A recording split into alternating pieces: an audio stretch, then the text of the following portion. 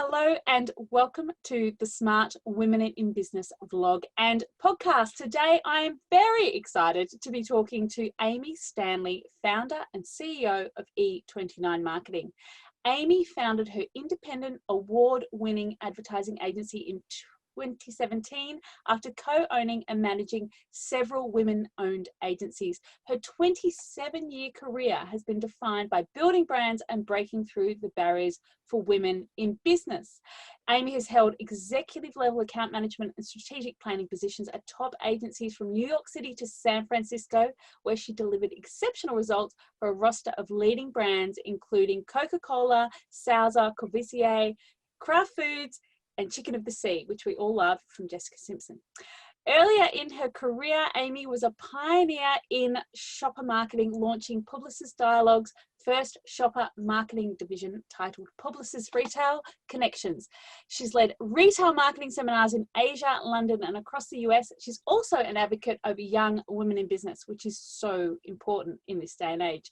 Amie speaks at events and provides marketing support to several women-focused nonprofits, including Alliance for Girls. Amie is speaking to us today from San Francisco Bay Area where she lives with her husband and her two young children. Welcome, Amie. Yay! Hi, thank you. Thank you so much for having me. You're so welcome. It's been a journey for us to get here. Amie and I started this a while ago, and then there was bushfires and COVID and all sorts of things. But here we are, two women getting through being self-employed in 2020. I'd love to know about your business journey, Amie, apart from 2020, but I'd love to know any tips on there. So tell me about how you came to be where you are today. Oh gosh. Well, my passion for advertising started as far back as I can remember. For some reason, I had this idea that I wanted to work for an advertising agency all the way back when I was in high school. So when I set out to college, I grew up on a farm in Iowa. So I went to the University of Iowa and I got a degree in communications and art. I've always been very interested in the creative side of things, but I ended up finding my skill set in account and strategy. But just always had a passion for the business. I love what I do and have always been focused on it from a very early age. But when I graduated in the early 90s, the job market in the US here was, especially in advertising was horrible. And the pay was awful. So I landed my first job at a small agency in Denver, and I actually worked the front desk as a receptionist for free for a couple of months until I was able to get the account coordinator position. And I waitressed at nights and on the weekends to pay bills and just, got my foot in the door and got going. And my first real big job was at a promotional agency in Denver, working on the Courvoisier account, and was really lucky to work on, I didn't know it at the time, but to work on an account with huge budgets. The beer business still today has some of the largest budgets. So I was working on lots of different things, and I got to touch a lot of different things really early in my career. And really, that helped fuel my passion for the business and kind of find my way. And throughout my career, I've just really tried to be a sponge. I've worked with a lot of great, amazing coworkers I'm still friends with today. I've had some great mentors and bosses that have really shaped who I am. And so I spent the next few years in my career kind of jumping from smaller agency to large agency, kind of jumping across the US. I started in Denver, then Chicago, and then from Chicago to San Francisco, and then San Francisco to New York, and now I'm back in San Francisco. So I like adventure, and I've always been, very driven and career focused. But flash forward to 2008, I got married when I lived in New York. We decided to leave New York for Southern California, and it all sounded like a great idea at the time. And then I got to San Diego, and I was like, oh wow, what do I do with my career? There aren't really big agencies here. I've always worked at these huge shops and worked on really sexy accounts, and so I had to just say, what next? And thankfully, I was able to pick up a few freelance positions, and I started consulting for some, bosses and things, and ended up partnering up with my previous partner, and we built an agency for about 10 years, a very successful agency. Is how I got to the Bay Area. But, partnerships are tough. So about 3 years ago, we parted ways. And I found myself in another really big turning point in my life. Like, oh, what next? Do I go back to, go back to the city and go back to a big agency? And so literally overnight, I started E29 Marketing. And that's thankfully today, E29, we're thriving. We have an amazing team around me and some really amazing clients. And, we're making it through this crazy year. So congratulations, anyone who makes it through this crazy year. And, it's really been my personal journey that's like shaped my company now, what I wanted it to be about. Even the name itself, E29, is actually the name of the highway I grew up on. I was going to ask about, because I like branding. My parents' farm in Iowa. And I just thought, when you're thinking of a name for your own company, it's kind of like, I wanted it to be meaningful, but catchy at the same time. Yeah. But I like, names of places with numbers in them. But no, seriously, I really wanted it to be about like, what are the foundations I want of my company? So, obviously I'm from the Midwest United States. It's all about hard work ethic and, loyalty and integrity. But being based here in the Bay Area, we're really, forward thinking and all about, we've really had to be nimble and moving with the changes. But one of the best things I think about having my own shop is being able to form our company culture. And, we're really like a family. Our clients are family. I loved working at really big agencies, and I worked at some amazing shops, but I didn't always like some of the things that happen at big companies, the layers and the politics. And no matter how good a job you're doing, it's kind of, I've always been in client service. And for me, it's always important to deliver an amazing client product. And sometimes I didn't feel like I could do that. So that's one of the things I feel like we get to do really well here. And I personally want to deliver that. And I touch all of our business is that like amazing, where our clients are first. And it's not about E29. It's really about our clients. So yeah, that's the privilege of having your own, your own business or your own agency, is that you do get to deliver your service how you want to deliver it. Exactly. And your name's on it. So client relationships are just so fun. And that's part of the joy. Otherwise we'd go and work with other people, but for other people rather. So your business has obviously evolved a lot over the last couple of years. So what were the signs for you that, apart from obviously the partnership breakdown, but what were the signs for you that you needed to evolve and change, especially in marketing where the landscape changes constantly?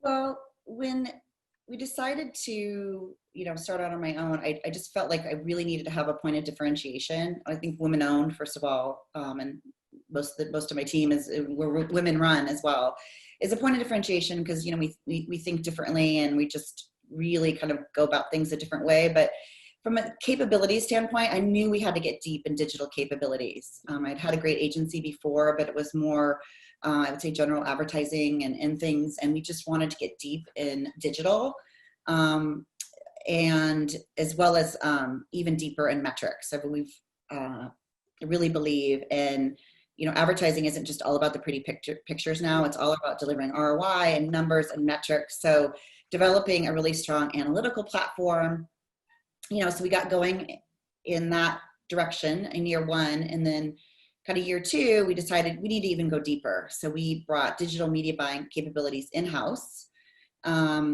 because we wanted to really control the whole from start to end. And when it comes to analytics and measurement, if you're only delivering it so far to the media company, and then you can't really impact the results. And there's that, I don't want to say disconnect, but it's a partnership. We like being able to do it, the full 360 and be able to like guarantee those. If we say we're going to do something, we're going to do it and learn from those results and then keep applying those on the next program. Yeah. So bringing digital media buying capabilities in-house was a big move for us. And then, then COVID hit this year. And so we had to completely change again, really our style. So our model is, I have several folks that are remote. And then we have an office with folks here in San Francisco, but because I really believe it's all about bringing the best talent, regardless where you are. And so we were already a pretty flexible model. But, that beginning of the year made us all very flexible, right? So we had to, make change again and figure out how to work together as a team. And we actually pitched a really big piece of business and won it over Zoom, which is very unusual because I'm used to doing, big dog and pony show pitches. And so we've really learned to kind of, and also I have a lot of folks on my team that are at home with their families, some working moms. So we've all had to learn how to deal with this new normal. But I think it's made us tighter as a team. So I really feel then over this past year, we've grown and we've put a lot of new digital tools in place to deal with that. But overall, I think we're stronger for sure for it. Yeah, I think a lot of relationships are stronger as well. I was talking to Amy before we came on about how I've been sitting next to my husband for the last 6 months, who has the world's noisiest keyboard, and just trying to go with that.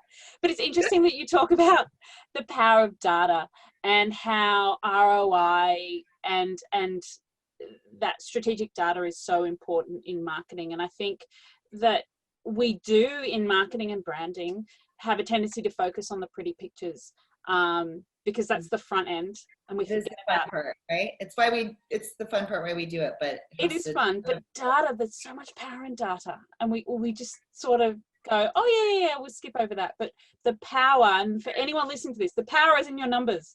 In any type of marketing, you've got to make sure that your agency is accountable to that. I'm talking to the wider audience here. Make sure your agency knows their data, because otherwise you have nothing to build on. You don't know your ROIs. You don't know whether you're failing or succeeding. And branding isn't all about pretty pictures. I think that the industry's really embraced it. I would say over the last 5 years, it's really forefront, which is great because of digital, because everything's measurable now. Now it is. Yeah, I love it. And I'm a big data geek anyway, don't get me started. So you have 2 small children, as you mentioned. How do you manage your life as an entrepreneur in general, and then in COVID times? Oh gosh, I was going to say it's 2 different things.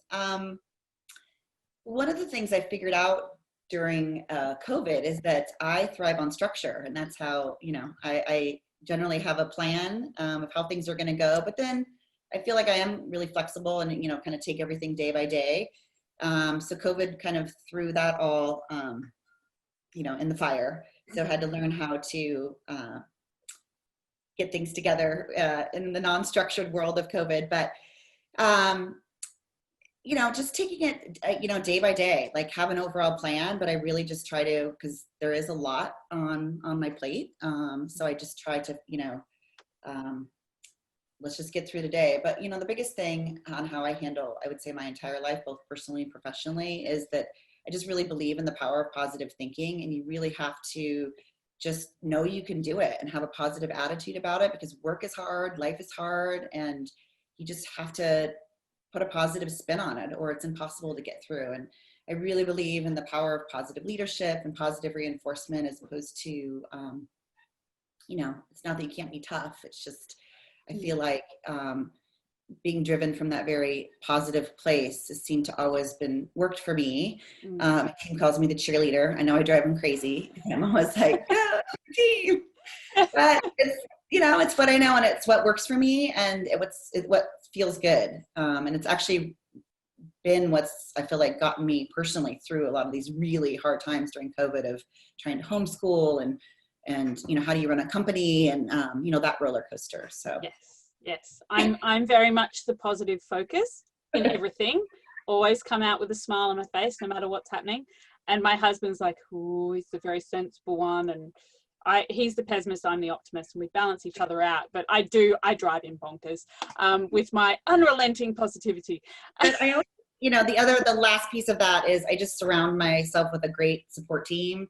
I mean, on the home front, I have amazing support, and then at the office, first of all, I have an amazing team, but then you just have to figure out what can you handle, what can you not handle, and just get the proper support in place, because as an entrepreneur, there's no way you could handle it all. And you just have to recognize that you can't do that, and trust other folks. I think that's one of the hardest things about learning to be a leader, is to lead and let go of I used to be a doer, and I am a doer. And I like to do that, to just keep doing. But being able to delegate and get support, and kind of keep the team moving forward is very important. And it's focusing on your own zone of genius and letting everyone else take care of the rest. And that's a big step for every entrepreneur I know, is going from that, because we do often start off by ourselves doing all the doing. Yes. And now then when we go to that, okay, I've got to delegate, that letting go of that control, and it can be a very tricky thing to negotiate. And having the good people, the good team around you who will step into that is absolutely crucial to scaling and being successful on that larger platform. Well, I really feel like that's impacted me in the last 5 years because, advertising is so changed from, I've been doing it for my whole career, where we used to present things, sketches on, pencil sketches and fly all the creative team in, to now emailing creative that you would have never done before and presenting it via Zoom, and just the digital landscape. I mean, on many things in the digital landscape and social media and even in our metrics, I'm way out of my comfort zone, and I recognize that. And so my philosophy has always been, since I've had an agency, is to surround myself with the smartest people and the best talent. Like, I'm happy to not be the smartest person in the room, because I do know that, growing up in this business, I did I worked my way up the ranks. So early on, I could do it all because I had done it all. But with the onset of digital media, now I just have to recognize that, I need to trust it to the experts and just, lead as best I can. So trust. So what does a great day in the office look like for you? What's your favorite thing to do? Oh, my favorite thing to do. Well, my favorite thing is my team. And actually, I love coming into the office. It's funny. That's one thing COVID gave you an appreciation of. Now I sometimes am just like giggling on my way to the office because I'm not stressed at home. Now that my kids are back Happy dance. But I actually I love my job. I love working, and I love my team. I love mentoring folks. I love working with our clients. I love, solving a big client problem and having a productive team meeting and then a great client presentation. And I just love all of it. Of course there's challenging, tough times and lots of stuff to deal with that isn't fun. And especially in advertising, it's actually quite challenging with client service. You're usually dealing with a lot of challenges. But, for me, it's all about the people and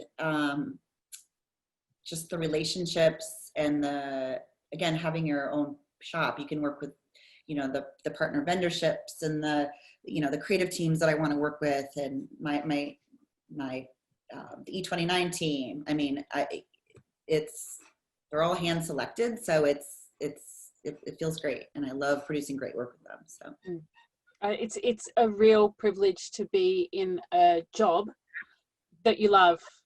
And I think especially women in business now, often our work is tied in very closely into our identity, if I could speak today.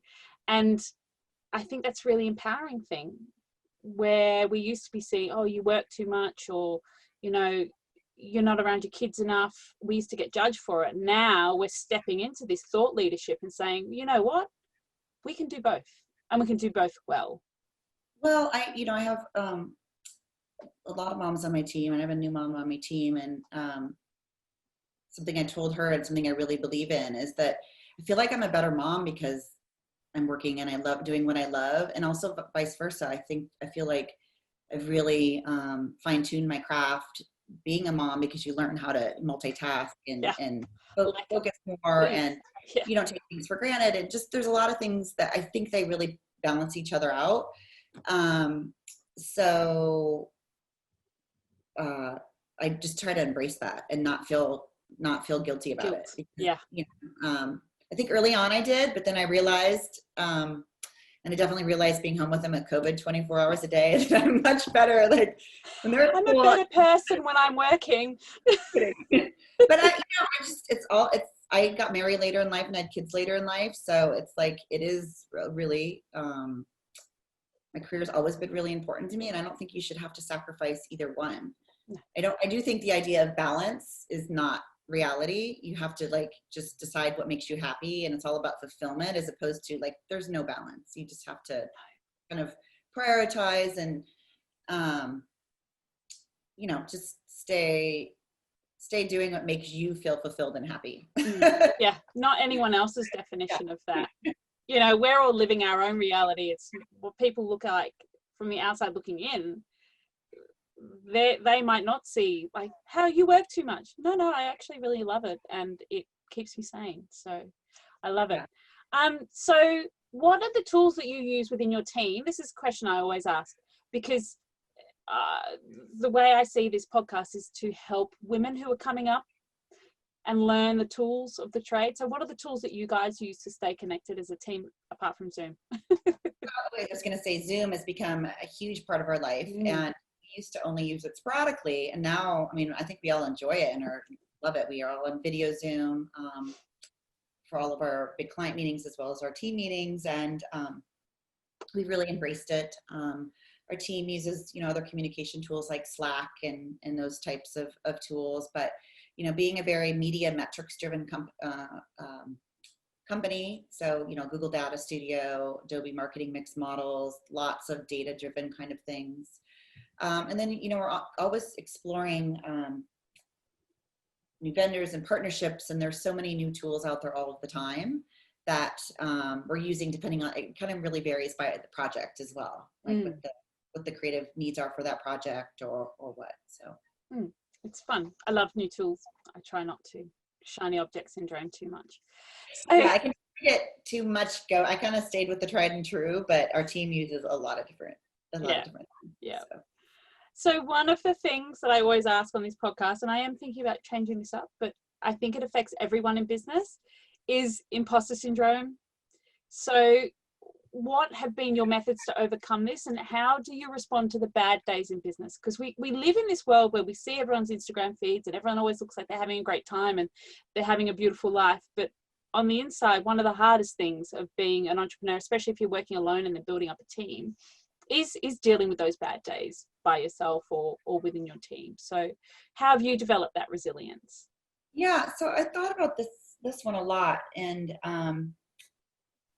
overall in my career, since I kind of have always been really focused on and excited, and early on I was working at big agencies and big accounts. It's very exhilarating and exciting, and because I worked really hard, I always felt like I earned my seat at the table, and I was never. Someone told me early in my career, if you're not challenged by the next position or scared to death at the next position you're taking, that it's not the right fit. And I feel like I've always kind of taken that approach. Like I love challenges and, what next, more and more. So I've never really felt like, oh, I shouldn't be here, or maybe I'm an imposter. But now I would say a feeling to answer the second part of that question is, a lot of times, and I would say this has been specifically this year during COVID, is when I feel like there are times when I'm having a tough day, or you can't find that balance, or, being a working mom where I feel like I'm disappointing the team, or I'm not being the leader I want to be. And I feel like I'm really hard on myself on, am I doing enough? Am I doing enough for E29? Am I doing enough to lead the team? Mostly because I have such an amazing team. I feel like, more and more and more, but I feel like that's been mostly since I've had E29. But earlier in my career, I feel like I was just excited to be at every position I was at. And I don't know, that's like, I guess I just really I haven't tried to fake it. And I just, I know I'm not an expert in some things. I'm just happy to be there. I work hard to get there. And you just have to do what you can do on your, your own, and accept it. And, when it comes to feeling like, from a leadership standpoint, if I'm not doing enough, I've really had to come to terms with being, just saying it's okay, or doing what you can, and being good to yourself, I guess. Yeah, be kind to yourself. Except that we can't always do it all, be it all, and have it all. Yeah, exactly. Yeah. So you've mentioned your team. So how else do you maintain your sense of community while being a woman in leadership in business? Oh gosh, I'm not sure if I'm so great at maintaining. Up and down. But community is super important to me. But for me, it's all about the people in my life, like relationships kind of drive everything, whether it be my family, my coworkers.